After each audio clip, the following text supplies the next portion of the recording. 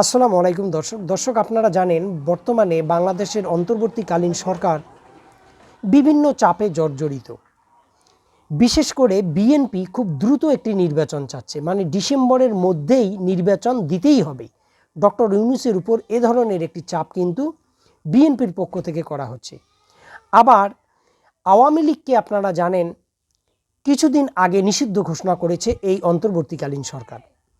তো এই নিষিদ্ধ করার পর যে নির্বাচন সামনে হবে সেটা ডিসেম্বরেই হোক বা জুনেই হোক, তো এই নির্বাচনটি আন্তর্জাতিক মঞ্চে গ্রহণযোগ্যতা পাবে কি না।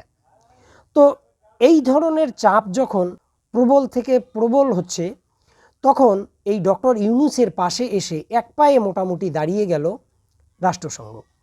তো দর্শক, রাষ্ট্রসংঘের কিভাবে ডক্টর ইউনূসের পক্ষে দাঁড়ালো এই আলোচনা করব।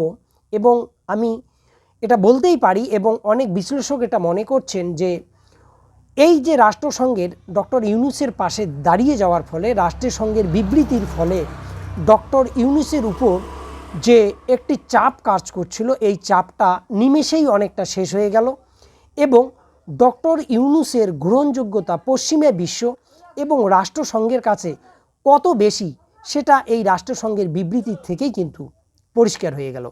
তো দর্শক, যখন বাংলাদেশের এক শ্রেণীর মানুষ বলছে যে আগে নির্বাচন হোক তারপরে সংস্কার হোক, এই নিয়ে যখন জনমত তৈরি করার চেষ্টা করছে, তখন কিন্তু ডক্টর ইউনূস এবং তার যে সরকার তারা চাইছে যে প্রয়োজনীয় সংস্কারের পরেই নির্বাচন হোক।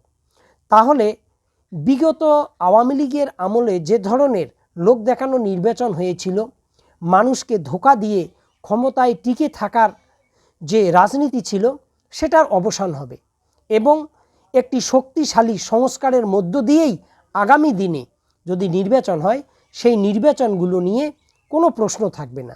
এই জন্য সংস্কারটা আগে জরুরি। আবার অপরদিকে বিএনপি মনে করছে যে এটা একটি অনির্বাচিত সরকার, এটি জনগণের ম্যান্ডেটবিহীন একটি সরকার, সুতরাং এরা কি সংস্কার করবে? সংস্কার তো গণতান্ত্রিক প্রক্রিয়ায় গঠিত সরকারই করবে। তো দর্শক, এই যখন টানাপোড়েন চলছে, তখন রাষ্ট্রসংঘের যে প্রতিনিধি গোয়েন লুইসকে প্রশ্ন করা হয়েছিল যে রাষ্ট্রসংঘ বাংলাদেশে কখন নির্বাচন চায়। যখন এই ধরনের প্রশ্ন করা হয়, তখন কিন্তু গোয়েন লুইস তিনি কিন্তু বলেছেন যে বাংলাদেশে কখন নির্বাচন হবে, সংস্কার আগে হবে না নির্বাচন আগে হবে, এই বিষয়গুলো বাংলাদেশের রাজনৈতিক দল, বাংলাদেশের সরকার, বাংলাদেশের জনগণ তারা ঠিক করবে। এই বিষয়টা রাষ্ট্রসংঘ ঠিক করতে পারে না, যেহেতু এটা বাংলাদেশের একটি অভ্যন্তরীণ বিষয়। তো দর্শক, এক্ষেত্রে যদি রাষ্ট্রসংঘ বলতো যে না, নির্বাচনটাই আগে হওয়া দরকার, তাহলে এই ডক্টর ইউনূস কিন্তু ঘরে বাইরে চাপের মুখে পড়ে যেত। কিন্তু রাষ্ট্রসংঘ কিন্তু বুঝতে পারছে যে সংস্কারটা আসলে কতটা জরুরি। কারণ বিগত আওয়ামী লীগের আমলে এই রাষ্ট্রসংঘ অনেকবার চেয়েছিল যে বাংলাদেশে একটি সুষ্ঠু অবাধ নির্বাচন হোক, কিন্তু যে কোনো কারণেই হোক, ছলে বলে কৌশলে আওয়ামী লীগ কিন্তু লোক দেখা নির্বাচন করেছিল এবং সরকারে টিকিয়েও ছিল। এটা যে সংস্কার না হওয়ার কারণেই আওয়ামী লীগ এই সুযোগগুলো নিত, এটা রাষ্ট্রসংঘের কিন্তু বুঝতে কোনো অসুবিধা হয়নি।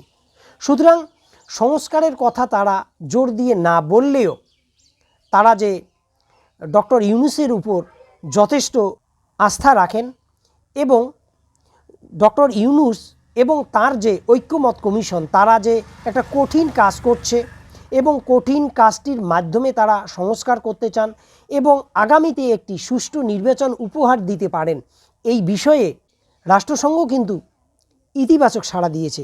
অর্থাৎ ঐক্যমত কমিশনের উপর তাদের আস্থাটাকে কিন্তু পুনর্ব্যক্ত করেছেন। তো দর্শক, এটা গেল একটা বিষয়। আর একটা বিষয়, সেটা হচ্ছে আপনারা জানেন যে কিছুদিন আগে আওয়ামী লীগকে নিষিদ্ধ করা হয়েছে। তো পরবর্তীকালে যদি আওয়ামী লীগকে বাদ দিয়ে বাংলাদেশে নির্বাচন হয়, তাহলে আন্তর্জাতিক মঞ্চে এই নির্বাচনটা গ্রহণযোগ্যতা পাবে কি না, এটা নিয়ে কিন্তু বিস্তর আলোচনা চলছে। তো এই ব্যাপারেও যখন রাষ্ট্রসংঘের এই উচ্চপদস্থ আধিকারিককে প্রশ্ন করা হয়, তখন কিন্তু তিনি উত্তরে বলেছিলেন যে অন্তর্ভুক্তিমূলক নির্বাচন বলতে রাষ্ট্রসংঘ কোন রাজনৈতিক দল নির্বাচনে অংশগ্রহণ করলো কি করলো না এটাকে বোঝে না, বোঝে যে বাংলাদেশের বা যে কোনো দেশের সমস্ত নাগরিকের সুষ্ঠু অবাধ নিরপেক্ষ অংশগ্রহণের মাধ্যমেই সেখানে নির্বাচনটা হলো কি হলো না। তো দর্শক, এখানে হয়তো অনেকে প্রশ্ন করবেন যে বিগত দিনে আওয়ামী লীগের আমলে সকল রাজনৈতিক দল অংশগ্রহণ করেনি, কিন্তু সেই নির্বাচনগুলো নিয়ে প্রশ্ন তাহলে কেন ছিল?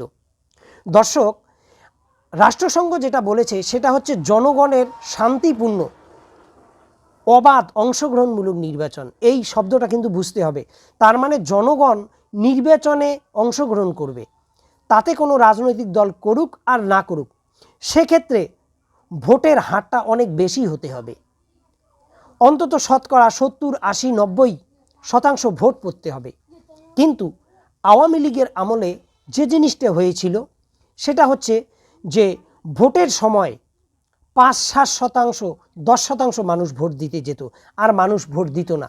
তার মানে এই যে নির্বাচনগুলো ছিল আওয়ামী লীগের আমলে, এই নির্বাচনে যেমন বিরোধী রাজনৈতিক দলগুলা অংশগ্রহণ করতো না, অপরদিকে বাংলাদেশের জনগণও কিন্তু ওই সব নির্বাচনকে প্রত্যাখ্যান করেছিল। ফলে ওই নির্বাচনগুলো নিয়ে জনগণের মধ্যে এবং দেশে বিদেশে কিন্তু প্রশ্ন আছে। হতে পারে যে আওয়ামী লীগ বলেছে যে তারা নির্বাচনে বাকি রাজনৈতিক দলগুলো ডেকেছিল, কিন্তু পরিস্থিতি এমন ছিল যে বাকি রাজনৈতিক দলগুলোর ওই নির্বাচনে অংশগ্রহণ করার মতো কোনো পরিস্থিতি ছিল না। আওয়ামী লীগের লাঠিয়ান বাহিনী, পুলিশ, র্যাব, এমনকি সেনাবাহিনীকে দিয়ে বিরোধী দলকে দমন করার কাজ কিন্তু খুব নিপুণভাবে কিন্তু এই আওয়ামী লীগ করেছিল। ফলে আওয়ামী লীগের আমলে যে নির্বাচনগুলো হয়েছিল, এই নির্বাচনগুলো নিয়ে প্রশ্ন হয়তো থাকতেই পারে বা আসেও, কিন্তু আগামীতে নির্বাচনে যদি আওয়ামী লীগ না থাকে, যেহেতু আওয়ামী লীগকে নিষিদ্ধ করা হয়েছে, সুতরাং আওয়ামী লীগ থাকবেও না। কিন্তু তারপরেও যদি জনগণের অংশগ্রহণমূলক নির্বাচন হয় এবং সুষ্ঠু অবাধ হয়, এবং এই সরকার যদি সেই সুষ্ঠু অবাধ শান্তিপূর্ণ নির্বাচন দিতে সমর্থ হয়, সেক্ষেত্রে এই নির্বাচনগুলো কিন্তু গ্রহণযোগ্যতা পাবে। সুতরাং দর্শক, এই ডক্টর মোহাম্মদ ইউনূস একই ঢিলে কিন্তু দুটো পাখি মেরে ফেললেন। এর মধ্য দিয়ে তিনি সংস্কারটাও করতে পারবেন, এটার পক্ষে রাষ্ট্রসংঘ বিবৃতি না দিলেও রাষ্ট্রসংঘের বক্তব্য থেকে এটা পরিষ্কার। অপরদিকে আওয়ামী লীগকে বাদ দিয়েও যদি নির্বাচন হয়, সেই নির্বাচনও কিন্তু বৈধতা পেতে পারে। তো দর্শক, এই বিষয়ে আপনাদের কি মতামত অবশ্যই কমেন্টে লিখবেন। ভালো থাকুন, সুস্থ থাকুন, আল্লাহ হাফেজ।